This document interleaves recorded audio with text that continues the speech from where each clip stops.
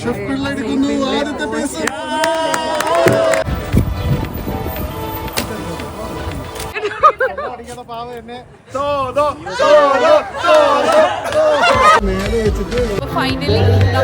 ജീവിതം സഫലമായത്. വീട്ടിലൊരു കുഴിയെടുക്കാൻ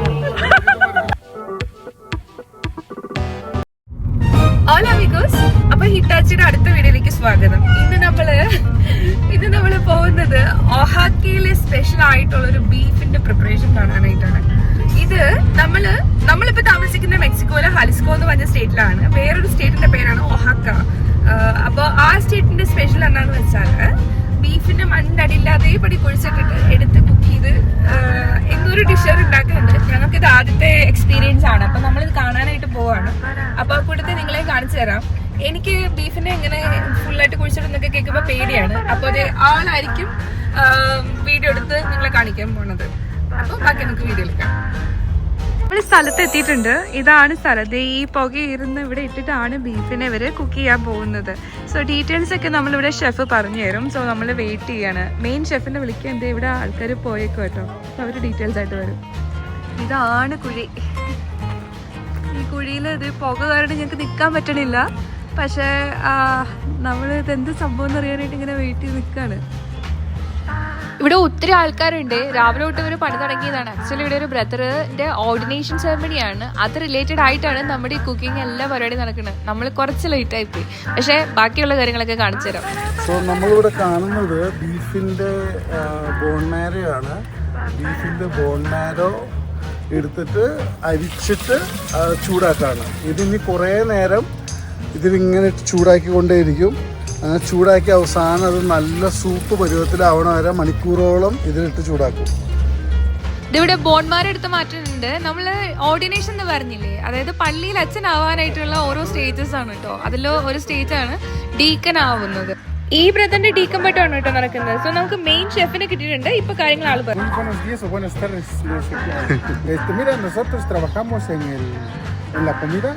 del tipo oaxaqueño. Lo que pasa es que aquí está el horno. Este es donde se va a preparar la barbacoa de res. ആള് പറയണത് എന്താന്ന് വെച്ചാ എനിക്ക് മനസ്സിലായ രീതി ഞാൻ പറയാട്ടോ. ഇത് ഒഹാക്കൻ സ്പെഷ്യൽ ബീഫ് ബാർബിക്യൂ ഉണ്ടാക്കുന്ന രീതിയാണ്. സോ അവര് രാവിലെ നേരത്തെ വന്നിട്ട് വലിയ കുഴി എടുത്തു. ആ കുഴിക്കകത്ത് അവർ തീക്കനലുകൾ ആദ്യം ഇട്ടു. അതിന്റെ മേളിൽ ഒരു ഇഷ്ടിക വെച്ചു. അപ്പോൾ ഇത് ചൂടാവുന്ന സമയത്ത് അവരപ്പുറേ കൊണ്ടുവന്ന ബീഫ് ഇതെല്ലാം അവർ മാരിനേറ്റ് ചെയ്ത് വെക്കും. ബാക്കിയുള്ളത് നമുക്ക് വീഡിയോയിൽ കാണാം എന്നാണ് പുള്ളി പറഞ്ഞത്. സോ ഇതൊരു 2 പശുക്കുട്ടികളെ കൊണ്ടുവന്നിട്ടുണ്ട്. അവരുടെ ഇറച്ചിയാണ് ഇപ്പം നമ്മൾ മാരിനേറ്റ് ചെയ്ത് ബീഫ് ബാർബിക്യൂ ആക്കിയിട്ട് റെഡിയാക്കാൻ പോകുന്നത്. പിന്നെ പുള്ളി പറയുന്നുണ്ട് പച്ചക്കറികളൊക്കെ ആഡ് ചെയ്യും. ഒരു മസാല പോലത്തെ ഒരു ഗ്രേവി പോലത്തെ ഫ്ലേവർ ഉണ്ടാവാനായിട്ട് മാരിനേഷൻ അവർ യൂസ് ചെയ്യുന്ന കാര്യങ്ങൾ പറയുന്നുണ്ട്. അതൊക്കെ നമ്മളിപ്പോൾ വീഡിയോയിൽ കാണിച്ചു തരാം.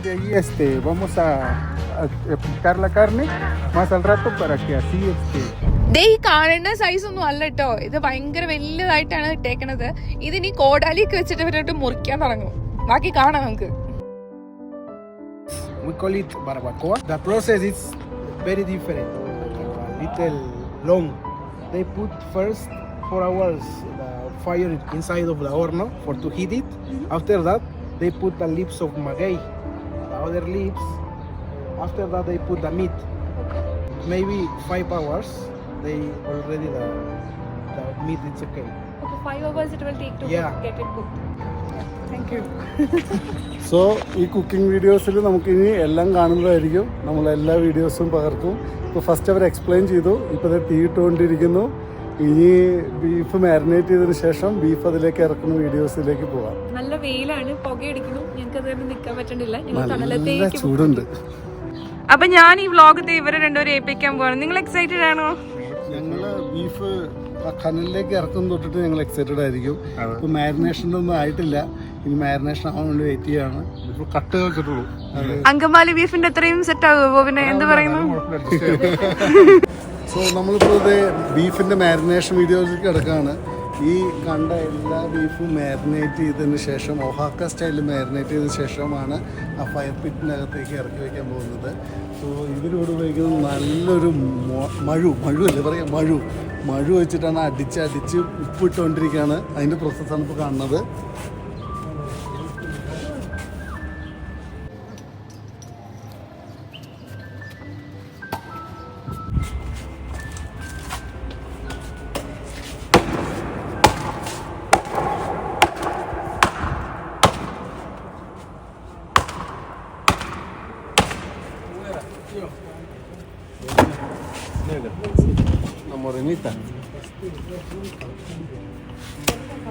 പിന്നെ അതുപോലെ തന്നെ കൊറോണയില്ലാത്ത യാതൊരു ബിസിനസ്സും മെക്സിക്കോയിലില്ല. കൊറോണ, മെസ്കൽ, ടെക്കീല എന്ത് പരിപാടിക്കും നിർബന്ധമാണ്. സോ കാണാം എല്ലാവരെയും ഓരോരോ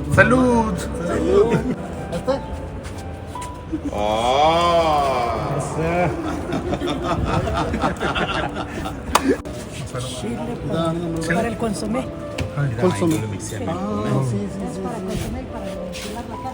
സോ ഇതാണ് നമ്മളുടെ മസാല, കൂട്ട് masala. Es de puro chile, ¿verdad? Sí. Puro chile picante. Mucho picante, picante, muy picante. Nada más no pica, No pica. mucho sabor. Sabor. പുളിയൊക്കെ ഉണ്ട്, കുറച്ച് മുളകും പുളിയൊക്കെ ആയിട്ടുള്ളൊരു മസാല, ഒഹാക്കൻ സീക്രട്ട് മസാല. ഇത് നമ്മൾ അടിച്ചു മാറ്റുന്നതായിരിക്കും പരിപാടി കഴിഞ്ഞ ശേഷം. കുക്കിംഗ് ഉണ്ടോ വളരെ ഈസിയാണ് ആക്ച്വലി. കാരണം എന്താ വെച്ചിട്ടുണ്ടെങ്കിൽ നമ്മളെപ്പോലെ ഓരോ കഷ്ണമായിട്ട് അരിയുക, അതിന് മസാല തേക്കുക, ഈ പരിപാടിയൊന്നും ഇല്ല. എല്ലാം വെട്ടി നുറുക്കി ഒന്നിലിടുക, ഇത് മസാല ഇട്ടുകൊണ്ട് തേക്കുക. വളരെ എളുപ്പമാണ് ഞാൻ നോക്കുമ്പോൾ ഇവരുടെ കുക്കിംഗ്. ക്യൂബ് പോലെ മുറിക്കണം, ഒരേ സൈസായിരിക്കണം. അതെ, പിന്നെ മസാല ഇടണം, വരട്ടണം വേണ്ട. Peruchile, അത് ബോബിന് ഉദ്ദേശിച്ചാണ്, ബോബിന് മാത്രം ഉദ്ദേശിച്ചാണ്. അത് ഒഴിവാക്കാൻ പറ്റില്ല. ഇതാണ് നമ്മുടെ നാട്ടിലത്തെ കള്ളിമുൾച്ചെടി. ഇത് ഇവിടെ മെക്സിക്കോന് ഒഴിക്കാൻ പറ്റാത്ത ഒരു ഭാഗമാണ്. ഇത് കഴിക്കും ഇവിടെ വേവിച്ച് കഴിക്കുമ്പോൾ നല്ല ബീഫിൻ്റെ ഒപ്പം വരുമ്പോൾ ആ നോപ്പാലിൻ്റെ ടേസ്റ്റ്, ഒരു പുളിയും ബീഫും എല്ലാം ചേരുമ്പോൾ ഭയങ്കര നല്ലൊരു ടേസ്റ്റാണ് അതിന്. സോ നോപ്പാൽ ഒഴിച്ചുകൂടാൻ പറ്റാത്തൊരു സാധനമാണ് മെക്സിക്കോനെ സംബന്ധിച്ച്.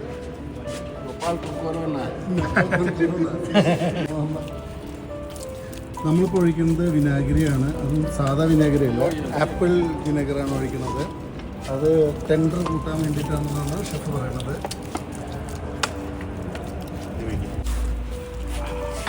ഇതാണ് നമ്മുടെ ആപ്പിൾ വിനീഗർ. കുടിക്കാനുള്ളതല്ല, അതിൽ നല്ല ആപ്പിളിൻ്റെ സ്മെല്ലുണ്ട് കേട്ടോ. പക്ഷേ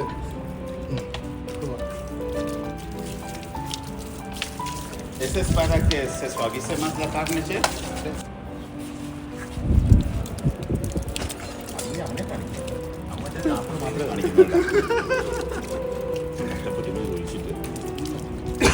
ഫ്രണ്ടിലേക്ക് നോക്കൂ.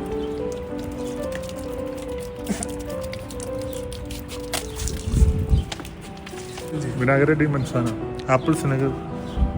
ഷെഫ് ഒരു ഇളക്കാൻ തുടങ്ങിയിരിക്കുന്നു. ബീഫിൽ മൊത്തം ഇളക്കി എല്ലായിടത്തും പിടിപ്പിക്കണം. കുറച്ച് മെനക്കെട്ട പണിയാണ്, കാണുമ്പോൾ ഈസി ആയിട്ട് തോന്നും, പക്ഷെ ഒരിക്കലും അത് ഈസി ആയിട്ടുള്ള പരിപാടിയല്ല. ഈ വലിയ പീസുകളിലെല്ലാം നല്ലപോലെ സെയിം ലെവലിൽ ഇളക്കി പിടിപ്പിക്കലാണ് ഈ പരിപാടി. ഇതൊരു അരമണിക്കൂറിൻ്റെ പരിപാടിയാണ്. Oye, chef, ¿qué le parece? Agarramos una pieza y le pegamos así. Sí, yo digo es lo mejor. Sí, porque Usted pone aquí, aparte del chile guajillo, ajo. Todo lo que es recaudo de el agua y comino. Ajo y comino. Jiregón, beltuli. വെളുത്തുള്ളി. ¿Qué más pone? Clavos. Nombre mete ahí. Claus. Star ¿Qué más? Estamos aprendiendo ya. Ya no queremos invitar al chef más. Secret പുറത്ത് വരണം എന്ന് പറയും. Entonces es puro chile guajillo, cocido, remojado, licuado. ¿Sí, verdad? Molino. Es hervido y en el molino. Beef ഇറക്കാൻ പോവാ. Chef പിറക്കും, chef പിള്ളേച്ച് പിറക്കും beef.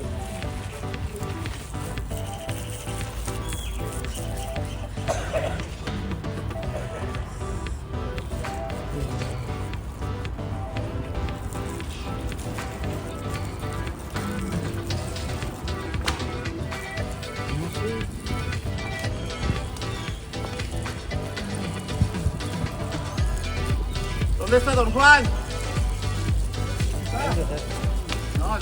ഇപ്പോൾ ഷെഫ് അഗാവ ചെടികളുടെ ഇല താഴേക്കിടാണ്. അഗാവ ചെടികളുടെ ഇല ആദ്യം ഒരു ലെയറായിട്ട് ഇടുന്നതിൻ്റെ കാര്യം എന്താ വെച്ചിട്ടുണ്ടെങ്കിൽ ബീഫ് കരിഞ്ഞു പോകാതിരിക്കാൻ വേണ്ടിയിട്ടാണ്.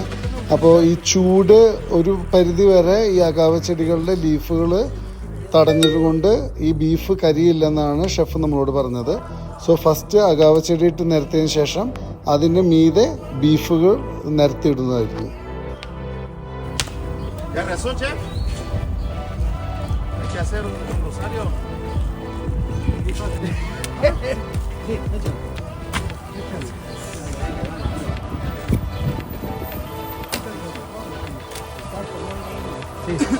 Quítala. Sí, vete a la cara.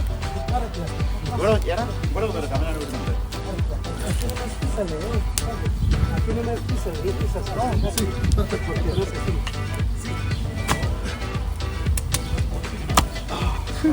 Bravo. Muy bien.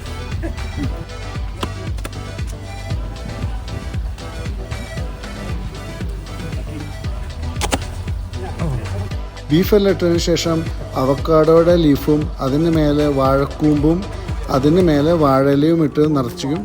ഇതെന്തിനാ ഇടണേന്ന് വെച്ചിട്ടുണ്ടെങ്കിൽ വാഴയുടെ ടേസ്റ്റ് ഇറങ്ങി വരാനാണ്. അടുത്തായിട്ട് അവക്കാഡോ ഇലയിന് ശേഷം ഒരു വാഴപ്പിണ്ടിയാണ് ഇടുന്നത്.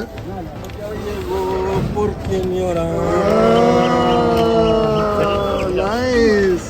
Mezcalito Sí. de Oaxaca. Oaxaca mezcal. Especial. Especial. Mira. Ajá. Okay. Oaxaca tradition especial.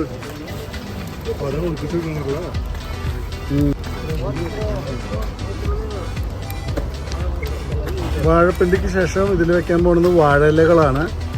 ഇതെല്ലാം കൂടിയിട്ട് ഈ വാഴയുടെയും ഈ അഗാവയുടെയും അതുപോലെ തന്നെ അവക്കാഡോൻ്റെയൊക്കെ ഇലയുടെ നീരിറങ്ങിയിട്ടാണ് ഈ ബീഫിന് ടേസ്റ്റ് വരാൻ പോകുന്നത്.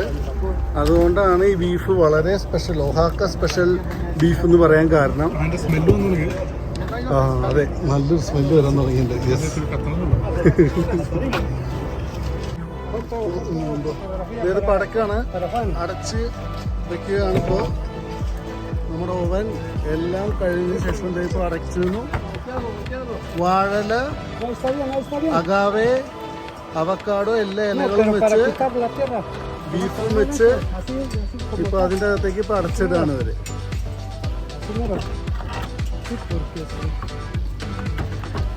നമ്മുടെ നാട്ടിലെ കുഴിമന്തി പോലെ തന്നെ ഇവിടെ ഒഹാക്ക രീതിയിൽ ബീഫ് ഉണ്ടാക്കുന്നു.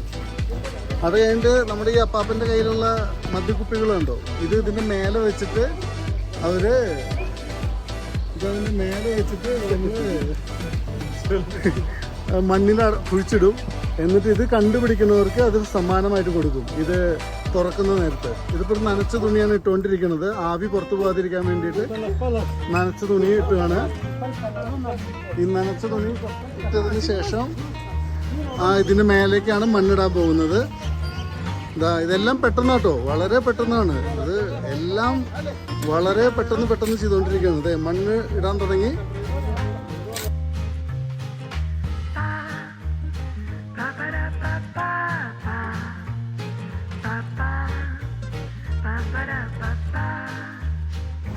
മെസ്കാൽ കുപ്പി ഒരെണ്ണം വീണു, അതിലേക്ക് മണ്ണ് പോയിരിക്കുന്നു. അടുത്ത മെസ്കാൽ കുപ്പി, മദ്യക്കുപ്പി പോയിരിക്കുന്നു, അതിലേക്ക് മണ്ണ് പോയിരിക്കുന്നു. ഇതാണ് നമ്മുടെ മെസ്കാൽ കുപ്പി. ഇത് ഞാൻ ഇടാൻ പോവാണ്. അതും പോയിരിക്കുന്നു.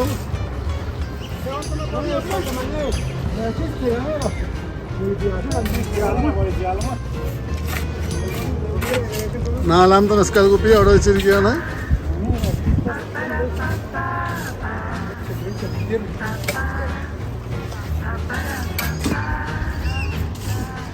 ഇനി ഇതിൻ്റെ അകത്തൊരു ഇനി ഇതിനകത്തൊരു 5 മണിക്കൂർ ഇതിൻ്റെ അകത്ത് ഇരുന്ന് വേവണം. ഇനി 5 മണിക്കൂറിൻ്റെ കാത്തിരിപ്പാണ്. 5 മണിക്കൂറിന് ശേഷമായിരിക്കും ഇത് തുറക്കാൻ പോകുന്നത്. ഇതാ മണ്ണ് മൂടിയതിന് ശേഷം മണ്ണെല്ലാം ഒന്ന് നനച്ചു കൊടുക്കുകയാണ് ഇവര്. അമീഗോസ്, എങ്ങനെയുണ്ട് ഇവര് കുക്കിംഗ് ശൈലി? വെറൈറ്റി അല്ലേ? നമ്മുടെ പാത്രമൊക്കെ കാലിയായി. എല്ലാ ബീഫിന്റെ കഷ്ണങ്ങളും നമ്മൾ ഇതേ മനുഷ്യരെ കുഴിച്ചിടാൻ പാത്രമുള്ള വലിയ കുഴിയിൽ അങ്ങോട്ട് ഇട്ട് മൂടിയിട്ടുണ്ട്. ഇനി കുക്കായിട്ട് നമുക്ക് ഫൈനലായിട്ട് ഫുഡ് കഴിക്കണം. നമ്മളെല്ലാം വെയിറ്റിംഗ് ആണ്. പാരലായിട്ട് നിങ്ങൾക്ക് അവിടെ കാണാം ബ്രദറിന്റെ ഓർഡിനേഷനുള്ള പാർട്ടി നടത്താനുള്ള അറേഞ്ച്മെന്റ്സ് ഒക്കെ നടക്കുന്നുണ്ട്. അപ്പല്ലേ ബാക്കി ബെസ്കാല് കുഴിച്ചെടുക്കുന്നതും ബീഫ് കുഴിച്ചെടുക്കുന്നതൊക്കെ നമുക്ക് അടുത്ത വീഡിയോയിൽ കാണാം. അതുവരെ എല്ലാവർക്കും അഡിയോസ് ബൈ ബൈ.